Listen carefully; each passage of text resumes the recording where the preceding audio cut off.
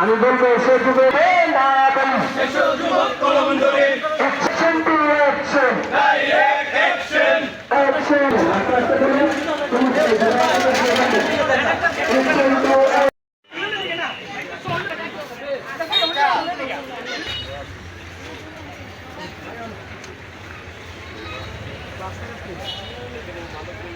ছাত্র জনতার action, direct action, direct action.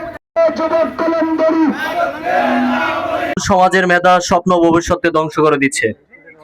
একটি জাতিকে দুর্বল করতে হলে তার যুব সমাজকে মাদকের দিকে ঠেলে দিলে যথেষ্ট। তাই মাদক আজ শুধু একটি সামাজিক সমস্যা নয়, এটি জাতীয় নিরাপত্তা ও ভবিষ্যতের জন্য বড় হুমকি। দুঃখজনক হলেও সত্য, দেশে মাদকের বিরুদ্ধে বিভিন্ন অভিযান পরিচালনা বাস্তবায়ন হলেও মাদক এখনো সহজলভ্য। নতুন নতুন তরুণদের কাছে এই মাদক খুবই সহজলভ্য হয়ে উঠেছে। তাহলে প্রশ্ন থেকে যায়, এত এত অভিযান, এত প্রচারণার পরেও কেন মাদক নিয়ন্ত্রণে কাঙ্ক্ষিত সফলতা আসছে না? একজন সচেতন নাগরিক হিসেবে আমরা বলতে চাই, মাদক নির্মূলে সরকারের আরো কার্যকর, স্বচ্ছ, দীর্ঘমেয়াদী পদক্ষেপ প্রয়োজন। শুধু ছোটখাটো ব্যবসায়ীদের গ্রেফতার করলেই হবে না, মাদকের মূল হোতা, গডফাদার ও পৃষ্ঠপোষকদের আইনের আওতায় আনতে হবে।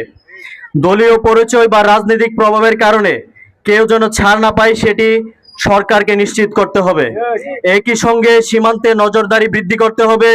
শিক্ষা প্রতিষ্ঠানে সচেতনামূলক কার্যক্রম, যুবকদের জন্য খেলাধুলা, সাংস্কৃতিক চর্চা ও কর্মসংস্থানের সুযোগ বাড়িয়ে তুলতে হবে। আমরা বিশ্বাস করি, যুব সমাজকে যদি সঠিক শিক্ষা, নৈতিক মূল্যবোধ এবং সুন্দর ভবিষ্যতের স্বপ্ন দেওয়া যায়, তাহলে তারা কখনো মাদকের দিকে ঝুঁকবে না ইনশাআল্লাহ।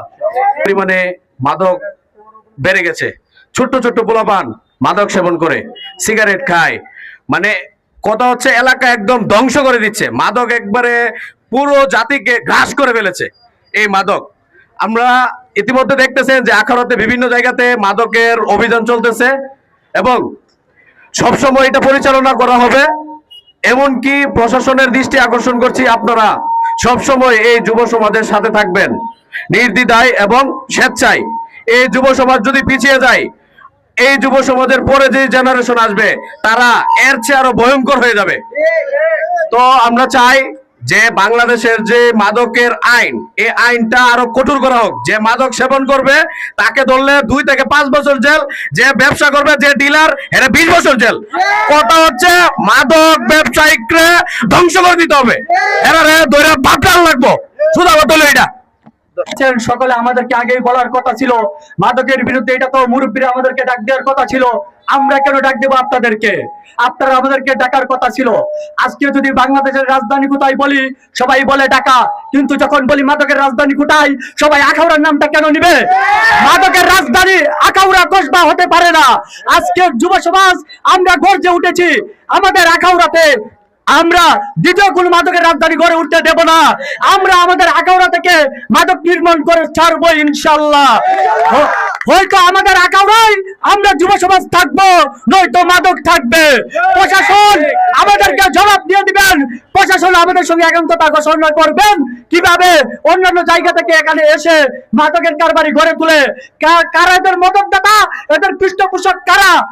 এখন শুনি লিডারই নাকি ডিলার।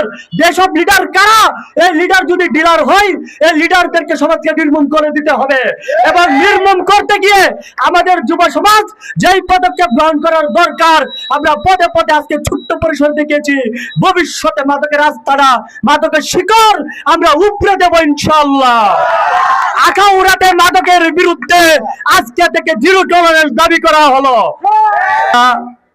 সীমান্তবর্তী উপজেলা, এই উপজেলার এমন কোন গ্রাম নাই যেখানে মাদক ব্যবসায়ীরা তাদের আস্তানা গড়ে তুলে নাই, যেটা আখাউড়ার আইন শৃঙ্খলার জন্য খুব লজ্জাজনক।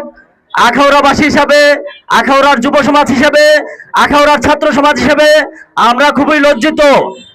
আমি আখাউড়ার যুব সমাজদের উদ্দেশ্যে এবং সবাইকে সামিল রেখে বলতে চাই, আখাউড়া উপজেলার যে মাদক ব্যবসায়ীরা আছে তারা আখাউড়ার কুলাঙ্গার, তাদেরকে আখাউড়া থেকে বিতাড়িত করতে হবে। প্রয়োজনে আখাউড়ার যত মাদক ব্যবসায়ী আছে সবগুলোর ছবি উঠিয়ে আখাউড়ার এই সড়ক বাজার প্রত্যেকটা মোড়ে মোড়ে আমরা টানিয়ে দেব। প্রয়োজনে আখাউড়া থানার সব প্রশাসনকে সাথে নিয়ে মাদক ব্যবসায়ীদের বাড়ি করে আমরা প্রয়োজনে আগুন জ্বালিয়ে দেব। একটা মাদক ব্যবসায়ীকে আখাউড়া থাকতে দেব না যদি ছাত্র সমাজ আবার জেগে ওঠে। আখাউড়ার প্রশাসনকে বলছে, একটা মাদক ব্যবসায়ীর সাথে শুধু যদি আপনাদের সুসম্পর্ক থাকে আজকে থেকে বন্ধ করে দেন। খুদার কসম, আখাউড়ার ছাত্র সমাজ যদি আবার আইনের হাত নেই, আবার যদি আইন তুলে নেই, সেই 5 আগস্টের মতো একটা মাদক ব্যবসায়ীকে আখাউড়া থাকতে দিবে না। সেই জন্য সকল প্রশাসন ভাই আমাদের আপনজন, সবার সহযোগিতা লাগবে এবং প্রশাসন যদি আমাদের ছাত্র সমাজকে সহযোগিতা করে আখাউড়া থেকে মাদক নির্মূল করা, সেটা মাস খানেকও লাগবে না। সবার আগে আমাদের সব হয় না। আমাদের পাশের দেশ ইন্ডিয়া, তারা চায় আমাদের নতুন প্রজন্ম ধ্বংস হয়ে যায়, আমাদের এই বাংলাদেশ নষ্ট হয়ে যাক, তাদের স্বপ্ন বাস্তবায়ন হোক। তো আমরা নতুন প্রজন্ম দিব না কসবা আখাউড়া দিয়ে মাদক ঢুকতে, বা কসবা আখাউড়াকে এই মাদক দিয়ে মাদকের এই রাজধানী হিসাবে বা এদিক দিয়ে আসা যাওয়া করতে সীমান্ত এলাকা দিয়ে আমরা দিব না। আমরা যুব সমাজ একতাবদ্ধ হয়ে আখাউড়াকে দেখিয়ে দেব যে মাদককে না বলুন, জীবনকে হা বলুন, সবাই ঐক্যবদ্ধ হন।